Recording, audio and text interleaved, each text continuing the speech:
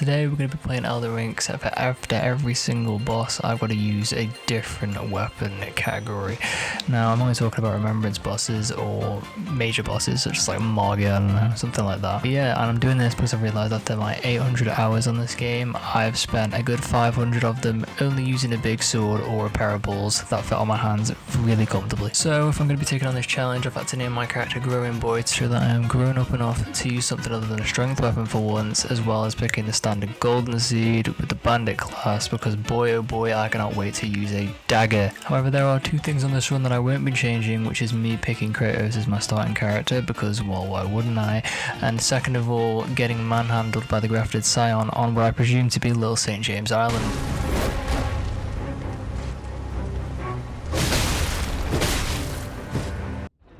Next thing you know, we're opening the doors to Limgrave to see the absolute beauty of it all just to be ruined by a cock in the corner in a white mask and white outfit who we shall not be having any conversations with. Now, I was a bit unsure of what I could do with this dagger, considering it was just a bandit's knife, and I don't use daggers at all, ever. So I went over to Mania, got ourselves Torrent and the ability to level up, and then we made our way over to get the map, because I have to get them all OCD, I think, and then also the whetstone blades we could actually put Ash of Wars on, because the first plan I had was to put Bloody Slash on the dagger just to get the bleed affinity so we could go and just bleed Margaret to death. So I arrive at Fort High, grab the golden seed and make my way all the way up top, get the first half of the Dectus medallion and challenge the knight to what was, I think, probably the most painful fight I've ever had in this game. I haven't played this game in at least a couple months, so I'm kind of washed, and I'm just going to let you watch the absolute awfulness of this fight.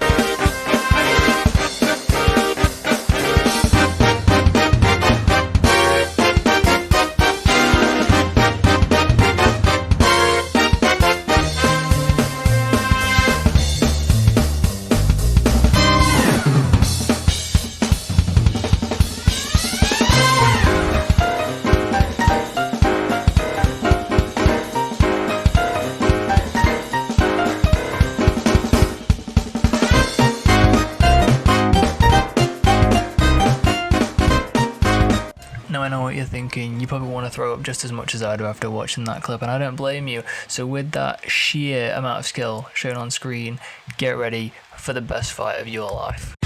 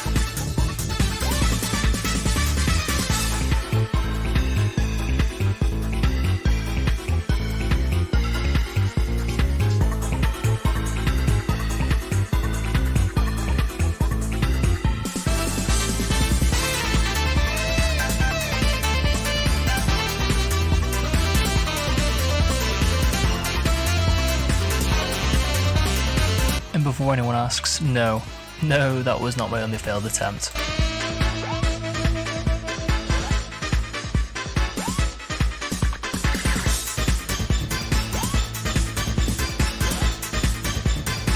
No need to fear though, because I think on about attempt number 5, 6, this was, we finally managed to take him down. So I'm just going to show you like the last quarter of the fight.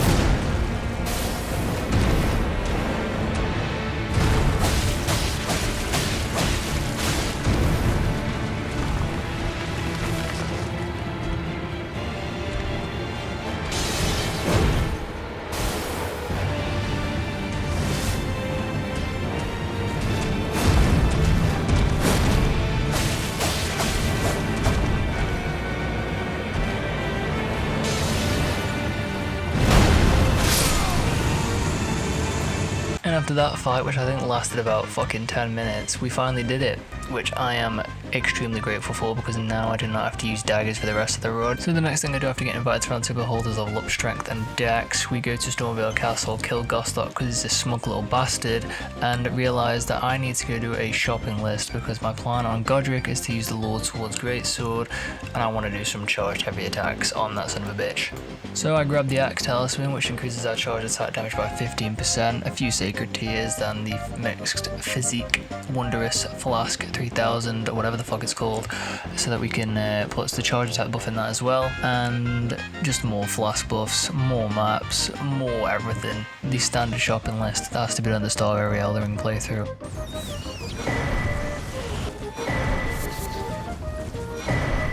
I then realised that I'm extremely broke, and the only way to get money in Limgrave is by being a Dragon Slayer, so we go and put it in a Geel, and by it, I think you all know what I mean. We do that, get some money, and now we're gonna go down to the big cave to kill this lonely prick so we can get some stones, upgrade our sword, and make our way inevitably over to Godric. Oh, and before we do that, I forgot that we had to fight one of Bill Cosby's victims who I found lying in what I presume to be the basement of his house, so we put them down and steal the Blue Dance Charm, which is gonna give us more damage for being naked essentially. We then made our way all the way over to Stormvale Castle, where we fight this banished knight for what I presume is the key to Godric's goon room, where he has several pictures and videos of Ranni, who he may do whatever he wants to himself to with those grafted limbs. While I was here, I also went to grab the brick hammer, which is at the top of Stormvale, because I think it could be a cool weapon that we could use later on down the line. As well as also the jump attack talisman, because everyone knows that jump attacks are the best thing that Miyazaki has ever graced us with. And then go and fight what I would say is the Netanyahu of enemies in any Souls games, which is these fucking birds that I hate, and they're just disgusting.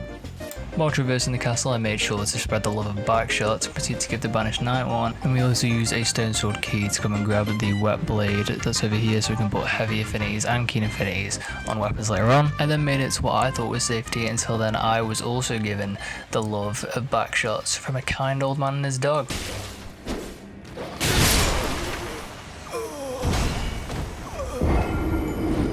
I then made sure to grab another golden seed, show the loadout that we've got, which is our sword, charge attack, axe, talisman, and blue dance charm. Now this was actually a pretty solid build to use, unlike the one we used for Margit, and I somehow still managed to die several times, so I'm going to show you a few of these death attempts, and then also the actual attempt, so have fun watching this. Not unfit even to graft.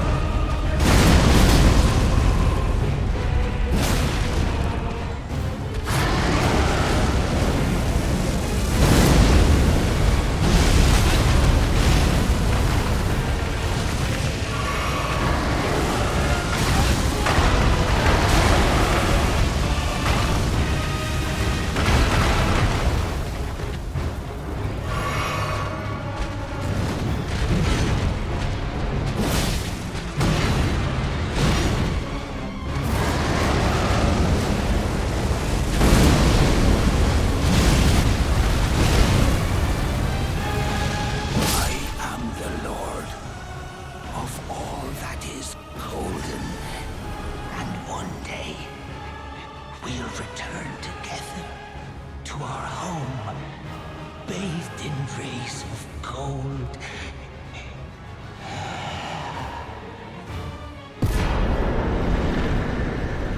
So after finishing using 2 of the weapon categories, being daggers and greatswords, I decided that for Renala, I'd use the claws, specifically the hook claws that I picked up in Stormvale. So if it was onto a new weapon, that means that I would have to go and get more smithing stones. So I thought the best thing I could do would be go to the cave in Liurnia to get the smithing bell bearing, so I could straight away get the claws to +6. So that is exactly what I did after I pumped some more levels into my character. I entered Liurnia, look at Hogwarts in the distance and think, holy shit, I forgot how beautiful this game was. However, before we go and get the smithing stones needed to level up the claws, I thought we would go pay a visit to Caelid and a really old dragon who just will kindly give us as many souls as we ask for if we ask nicely. So me being the polite person I am, I asked for a sweet crisp 75,000 just so I can get some levels into myself and also enough to buy smithing stones to level up the weapon.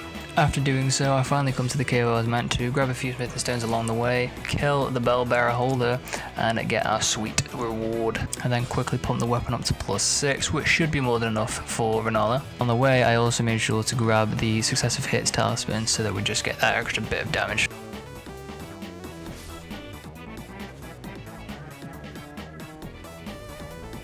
I then forgot that I actually needed the key to get inside the academy, so while trying to do this cool shortcut, I do my best impression of Kratos and tragically die. However, second time is of course the charm, definitely not third, so I go and grab the key, definitely don't die to the dragon, go get the sneaky golden seed down there and make our way through Liurnia. Also thought I'd show off the really cool little secret room that's at the entrance of Liurnia. I didn't know about this until like 600 hours into this game. It's crazy how much stuff in this game I'm still finding out. I then met this really nice guy who gave me a loving hug, it was lovely. Yet another secret wall in Liurnia that just gives you a smithing stone for, it's whatever. And next on the agenda is of course the Red Wolf of Radagon. Now I'm not counting this as a major boss unlike Margit, I am just going to use the claws for him and Renala, so that's how this went.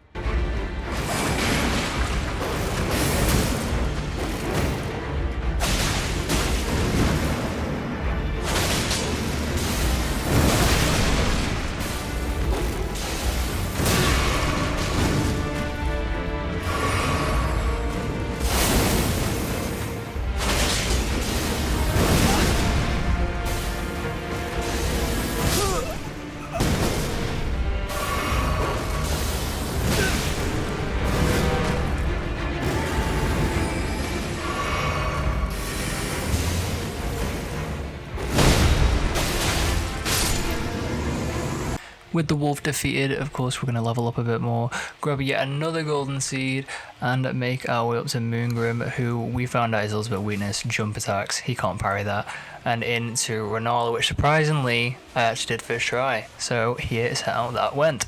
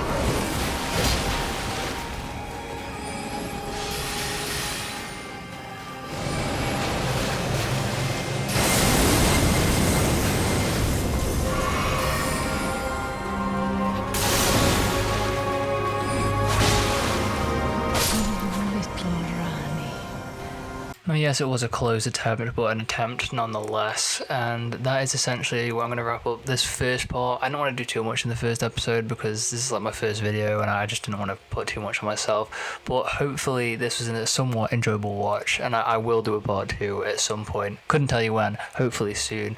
But yeah.